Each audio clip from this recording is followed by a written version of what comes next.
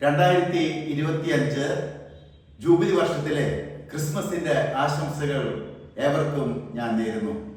നമുക്കുള്ള ദൗത്യം നക്ഷത്ര ദൗത്യമാണ്. ബേത്ലഹേമിലെ കാലിത്തൊഴുത്തിലേക്ക് പൂജ്യരാജാക്കന്മാരെ കൂട്ടിക്കൊണ്ടുപോയ നക്ഷത്രത്തിന്റെ ദൗത്യമാണ് എനിക്ക് നിങ്ങൾക്കും ഈ സമൂഹത്തിൽ നിർവഹിക്കാനുള്ളത്. യേശുവിലേക്ക് മറ്റുള്ളവരെ കൂട്ടിക്കൊണ്ടുപോവുക. നക്ഷത്രം മിന്നിത്തിളങ്ങണം.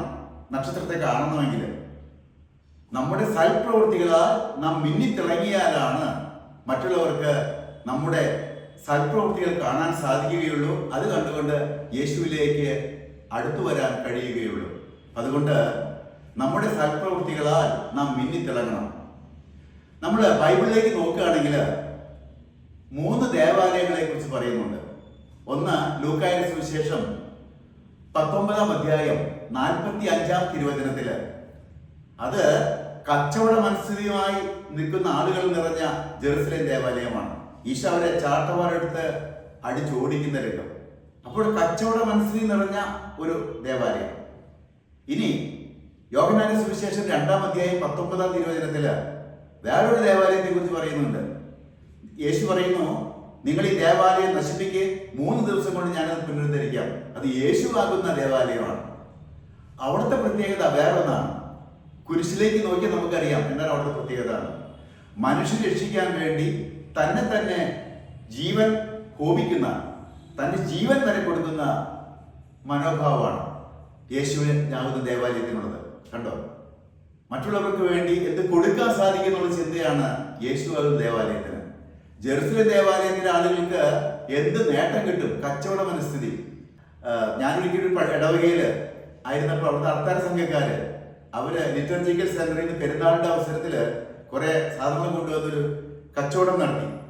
ഞാൻ നോക്കിയപ്പോ ബൈബിളിനും കൊന്തയ്ക്കും എല്ലാം ഇരട്ടി വിലയിട്ടിരിക്കുന്നത്. ഞാൻ പോയി ചോദിച്ചു, എന്താണ് എങ്ങനെയിട്ട് വിലയിട്ടിരിക്കുന്നത്?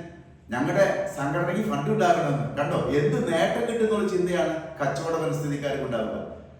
യേശുവിനാണെങ്കിൽ തന്റെ ജീവൻ കൊടുക്കുന്നു. ഇനി കുർബാനയിലെ സമയത്ത് നോക്ക്, തന്റെ ശരീരം പകുത്ത് ലോകത്തിലെ എല്ലാ ആളുകൾക്കും ഭക്ഷിക്കാൻ കൊടുക്കുന്നു.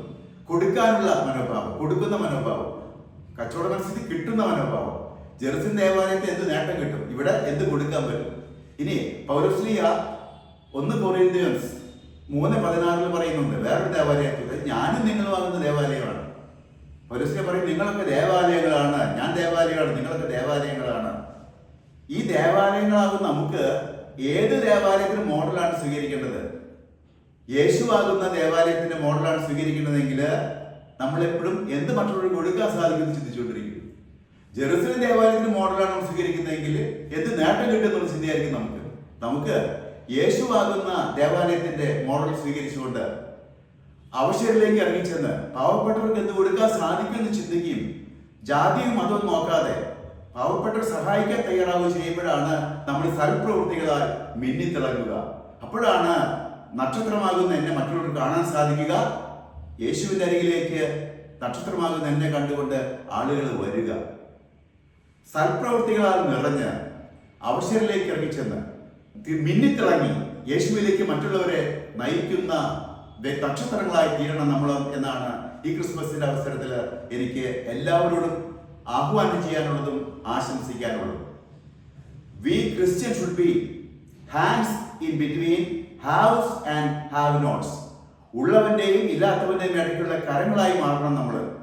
ഉള്ളവരിൽ നിന്നും ഇല്ലാത്തവരിലേക്ക് എത്തിക്കാനുള്ള സാമ്പത്തിക സഹായമോ എല്ലാം എത്തിക്കാനുള്ള മനോഭാവം നമുക്കുണ്ടാകണം.